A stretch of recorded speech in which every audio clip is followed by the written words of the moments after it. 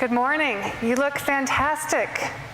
You look strong and open-minded and ready to be invited to be where you are. So with that invitation, this is about you. This is getting personal now. So right now, where you are, I would invite you to disconnect momentarily, it'll just take a moment, from your technology, disconnect from what you might be eating or drinking, and have the intention to reconnect with yourself. And so taking just a simple breath or two, maybe even deepening your breath, bringing yourself to be in a dignified posture, your heart to be open, your mind to be open, and check in with yourself. How are you today? Who are you today? Who are you right this moment? And then I would invite you to look around the room and look at all of the other people in this room that are doing the same thing, that are being the same way. We're very action-oriented people, and what I'm asking you to do is to bring a certain quality to your being. And so the answer to the question, how do we change things, how do we change our environment, how do we change the situation, was posed to me as I was getting ready to encounter you this morning. And my answer to that is we begin within ourselves. We have a lot to change in the environment, a lot. And it's my belief that to begin, we need to change what's within us.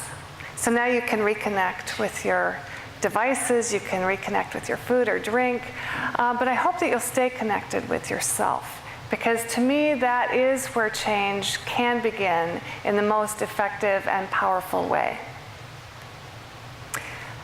So we have a terrific partnership between Mayo Clinic and Arizona State University. I've had the luxury and the privilege of working in both institutions. So I was the Director of Nursing Research and Innovation at Mayo Clinic in Arizona for 11 years before I became Dean of the College of Nursing and Health Innovation at Arizona State.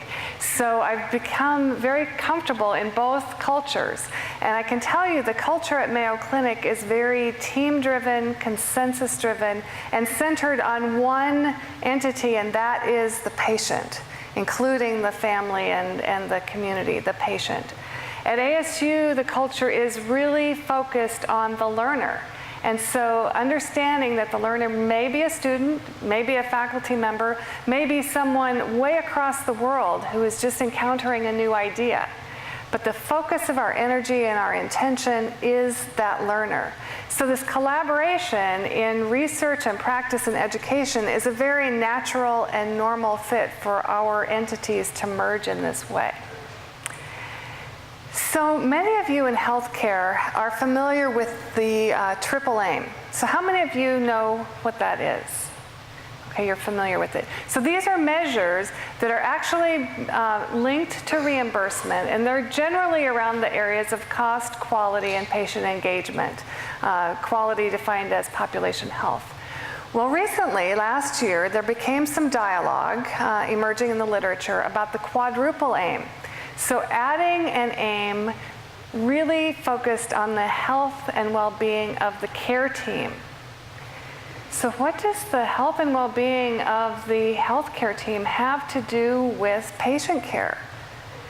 Have any of you been patients? Probably most of you, or a family member has been a patient. And if your healthcare team is not engaged and fully with it, with their own self, and with the camaraderie and service of each other, your care will suffer. And so conceptually, we're beginning to really put a lot of data and emphasis to that now. This is not without controversy, by the way, of course. In the literature, you're going to see that this matters, this doesn't matter. I'm here to tell you, as someone now who is educating the future health workforce of the country and of the world, it matters to me a great deal. I find it incredibly frustrating when a former student makes an appointment with me after a year or two of being out in the workforce and tells me that they are thinking about quitting, not their job, but nursing. They're thinking about quitting. And if you look at the data, the large data about healthcare shortages in physicians, in nurses, in pharmacists, and on and on and on, we can't afford to be educating people to have them then leave the workforce. And unfortunately, leaving the workforce is only one of the outcomes. Physician burnout, depression, and even suicidal ideation has been well documented and is on the rise. So to me, this quadruple aim is absolutely essential. We need to be able to prepare a workforce that is resilient and strong, and not only within themselves, but for each other, and has teamwork in mind in the service of the patient. Is that making sense to you? Otherwise, it's just like filling a bucket with a hole in the bottom over and over and over again. So one way, this isn't the only way, but one way that I believe we can accomplish this is by teaching a skill set called mindfulness. Now, my research is in this area, and I can talk about it for hours and hours, but I've been asked to do it in 20 minutes, so we'll do that. I want to focus you very clearly on the fact that mindfulness is a skill set. It's in a lot of the lay literature now, which is fabulous. The way that I'm talking about it, I need to make some clarifying comments. The way that I'm talking about it, it is not a religion. It does not need any kind of belief system or non-belief system to be incorporated into practice, and that it can very easily be incorporated into the way that you live your life, whether you have a mindfulness practice set aside during the day, or if you just want to be more alive and alert for your normal day-to-day. So these are skills that can be learned, just like a sport can be learned, or just like a musical instrument can be learned, just like a discipline can be learned. And once they're practiced over and over and over again, they can become much more naturally applied. So I'm going to give you some attitudes of mindfulness next, and then we are going to practice together for just a moment. But what I want you to take away from this slide is that you can incorporate the attitudes of mindfulness no matter what you're doing or how you're being. What this has to do with nursing and healthcare is that if we can teach healthcare providers to be focused and intentional, they will make fewer mistakes. They will be very much more with their patients and the families, and rapport can be much more easily grown, and they'll also connect on a more personal level and advocate for that patient when that becomes necessary. So in terms of the attitudes that one needs to cultivate for mindfulness, I'm going to simply read through these, and I want you to, as I do that, ask yourself, how are you doing in that regard right now?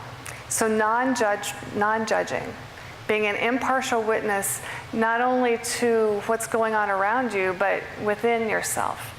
Generally when I teach mindfulness, where I see the hardest resistance and the hardest judgment is the way that we judge ourselves. Patience. These skills take time. Things are just necessary to unfold in their own time, not necessarily in our time. So letting go of letting go of that need to control things. The beginner's mind means being able to begin again and again and again with this, and to not be too hard on yourself if you don't get it right away. Trust means really listening to your inner self. So right now, asking yourself, how are you? And really noticing what you need to do to either make things better for yourself or how you might be more willing to change. Non-striving means backing off. I don't know about your organization, but my organization, we're constantly striving. We always want to do better. As a person, I always want to do better. I always want to be excellent. So to take a step back and to let that go just momentarily is really a skill to be developed. Now, this does not mean letting go of goals, letting go of dreams, of visions, of hard work. That's not what I'm saying at all. I just mean taking a break from it for a moment or a more extended period of time if you want to have an extended mindfulness practice. Acceptance means seeing things exactly as they are in the present. You know, when we do research on mindfulness, we see that the overwhelming evidence is that it really has a positive, statistically significant positive impact on depression and anxiety. While depression is being looped into what happened in the past, telling ourselves stories about it, anxiety is worrying about the future, you know, things that might happen. Mindfulness brings us right into the present moment, letting go momentarily of the past and the future, solidly grounding ourselves in what is right now. Letting go. And this means just our minds really love to think. That's what they're built for. But allowing yourself to just let go of the thinking, let go of the story making, and just be with what is. Now, doesn't that sound perfectly easy? Yeah, it sounds like no problem. Well, let's just try it for a minute. All right, so once again, if you will, just get in a dignified, upright position. And if you'd like, you can soften your gaze or let your eyes close. That's not necessary, but you're invited to do that if it's nice for you. And start to gaze inward. Allow your focus to simply be on your breath. And as thoughts come in or distractions, simply notice and just set them aside for now.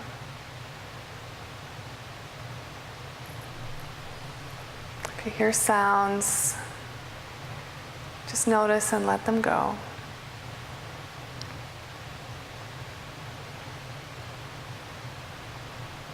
Notice what the stillness is like for you. Maybe this is the first time that you've really spent with yourself all day today. So checking in with who you are, the strengths and the gifts that you alone have to give to the world.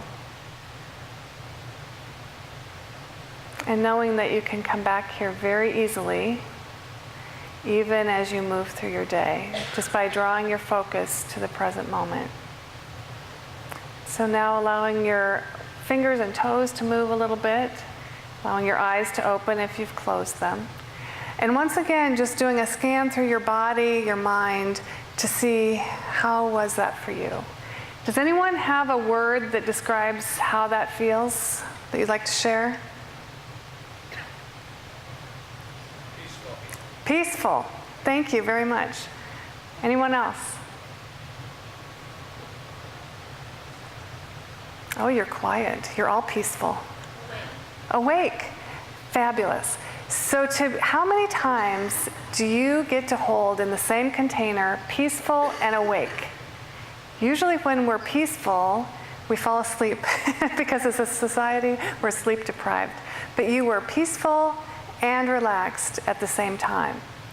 So I just invite you, many of you have a practice like this.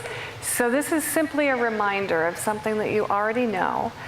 But as a leader, and you are all leaders, being able to check in with your own guidance, with your own value system is incredibly important.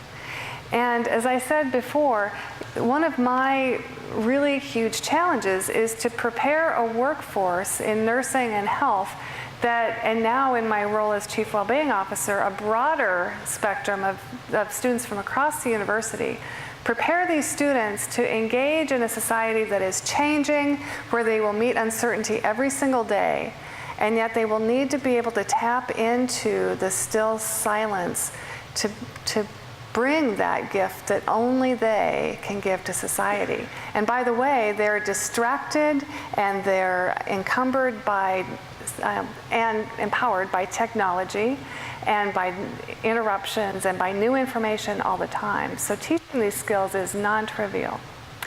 So you might think this sounds very sort of up in the air, up in the ivory tower. I want to share with you a video made by my team. I'm a Robert Wood Johnson Executive Nurse Fellow, which means that I'm in an advanced leadership training.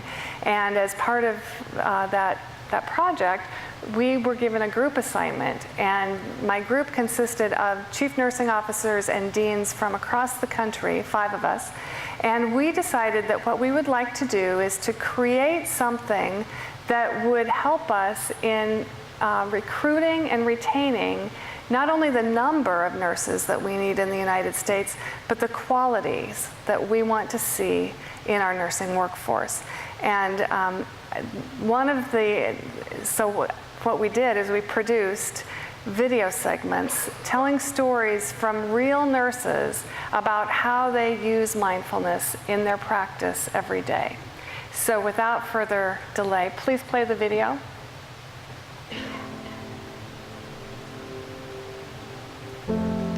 So much has been given to me, whether it was from patients, from my parents, from teachers, from friends. Whatever's been poured into me, I feel like I have an obligation, a responsibility to give back to my patients and to the people I'm caring for. Anything within my power that I can do to help that person, that's what I'm going to do. Being present is very important in nursing. I didn't really realize it was mindfulness until someone called me out on it and recognized it. And then I started studying it, and then it became even more of who I am. And I've studied a lot about mindfulness and about compassion and love, joy and freedom. And it's now, I do it without thinking. You know, even people at the grocery store matter to me, because you never know what somebody just walked out of. And in labor and delivery, like people say, it's either really, really happy or it's really, really sad. There's not a lot of in between. Just because it might be a happy moment for me on the outside looking in, it might not be that happy for that person. So I have to kind of get a feel for what's going on in the room. And when I had a patient who, at 18 weeks, she had found out her child had Potter syndrome and that she would not be able to survive. These children don't develop properly, and their lungs don't develop properly, so they can't live outside the womb. And she had decided to carry her child, and I was with her the day that she went into labor. And she had finished her labor. She had done fantastic. She had done a lot of work to prepare for the day that her sweet little girl would be born. And in those final minutes in labor and delivery, we get very excited about pushing, and we all yell, push, push, push, and we count, and because we're so excited, because in the next few minutes we know that hard pushing is going to deliver that baby and that new life. And in this situation, for her to push meant that it was going to end her baby's life. And she had, in that process, I looked at her and I realized what we were asking her to do. Everyone in the room was saying, okay, push, push, and then I realized, and I just looked at her, and I said, you're the bravest woman I know, because I know what pushing means, for you to push. And we just held on to each other and said a prayer together, and she pushed and delivered her sweet little baby, and she was born sleeping. And it was an incredible privilege to be there with her.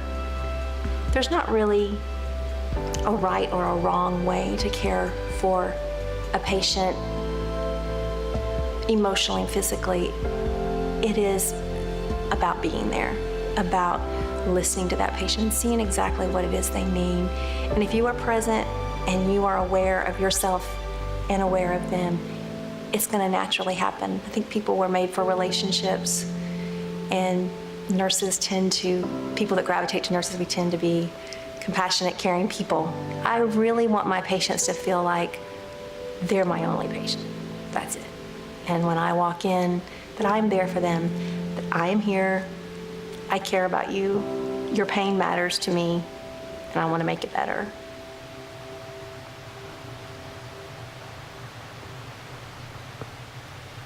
And so, in the moment, you have changed inside. And it is my belief that as leaders, changing the internal environment is the first step to the really hairy and wicked, audacious challenges that we have. I hope that you enjoyed the video, and I hope you can see why teaching mindfulness in the clinical setting, but also in the leadership realm, is just vital to us moving forward. You know, in many ways, we have that myth that we are invincible, that things won't be able to happen unless we go fast and we go hard. But this is really important, to be able to bring what we have and what we value, our own strengths, to bear on the challenges of tomorrow. Thank you. Thank you, Teri.